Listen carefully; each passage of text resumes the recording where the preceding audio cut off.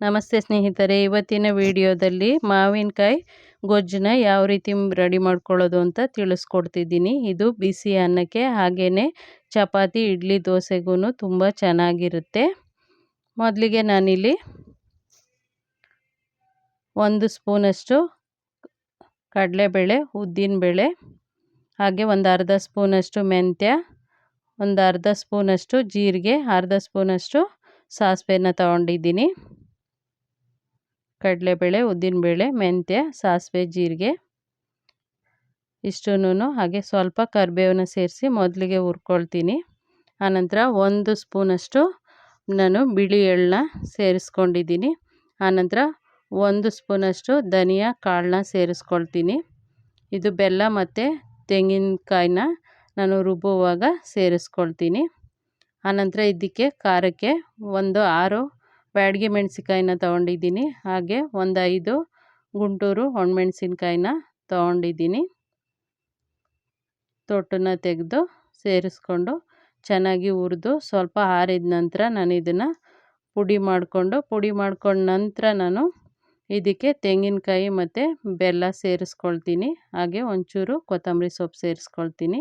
ನಾನಿಲ್ಲಿ ಒಂದು ಪಾತ್ರೆಗೆ ಸಾಸಿವೆ, ಜೀರಿಗೆ, ಹಾಗೆಯೇ ಕಡಲೆಬೇಳೆ, ಉದ್ದಿನಬೇಳೆ, ಕರಿಬೇವು, ಒಣಮೆಣಸಿನ್ಕಾಯಿನ ಅರಿಶಿನ ಪುಡಿನ, ಇಂಗು ಸೇರಿಸ್ಕೊಂಡಿದ್ದೆ. ಅದಕ್ಕೆ ನಾನಿಲ್ಲಿ 1 ಮಾವಿನಕಾಯಿನ ಕಟ್ ಮಾಡಿ ಇಟ್ಕೊಂಡಿದ್ದೆ, ಅದನ್ನು ಸೇರಿಸ್ಕೊಳ್ತೀನಿ. ಮೀಡಿಯಮ್ ಸೈಜ್ ಮಾವಿನಕಾಯಿ ಹುಳಿ ಇರೋದು, ಅದನ್ನು ಕಟ್ ಮಾಡಿ ಸೇರಿಸ್ಕೊಂಡು ಸ್ವಲ್ಪ ಹೊತ್ತು ಬೇಯಿಸ್ಕೊಳ್ತೀನಿ. ಬೇಯಿಸ್ಕೊಂಡ ನಂತರ ಇಲ್ಲಿ ನೋಡಿ ಮೊದಲಿಗೆ ಪುಡಿ ಮಾಡ್ಕೊಂಡಿದ್ದೀನಿ. ಆನಂತರ ಇದಕ್ಕೆ ಬೆಲ್ಲ ಮತ್ತು ಕೊಬ್ಬರಿನ, ಹಸಿ ಕೊಬ್ಬರಿ ಅಂದರೆ ತೆಂಗಿನಕಾಯಿನ ಸೇರಿಸ್ಕೊಳ್ತೀನಿ. ಇದಕ್ಕೆ ತೆಂಗಿನಕಾಯಿ ಹಾಕಿದಷ್ಟು ರುಚಿ ಹೆಚ್ಚಾಗುತ್ತೆ. ನಾನು ಒಂದು ಸ್ವಲ್ಪ ಕಾಲು ತೆಂಗಿನಕಾಯಿಯಷ್ಟು, ಒಂದು ಅರ್ಧ ಹೋಳಲ್ಲಿ ಅರ್ಧ ಭಾಗ ತೊಗೊಂಡಿದ್ದೀನಿ, ಅರ್ಧದಲ್ಲಿ ಅರ್ಧನ ಅದನ್ನು ಸೇರಿಸ್ಕೊಂಡು ಸ್ವಲ್ಪ ಹೊತ್ತು ಹಾಗೆಯೇ ನೀರು ಹಾಕ್ತೇನೆ ಹುರ್ಕೊಂಡು, ಆನಂತರ ಜಾರನ್ನ ತೊಳೆದು ನಮಗೆಷ್ಟು ಗೊಜ್ಜು ಅದಕ್ಕೆ ಬೇಕೋ ಅಷ್ಟು ನೀರನ್ನ ಸೇರಿಸ್ಕೊಂಡು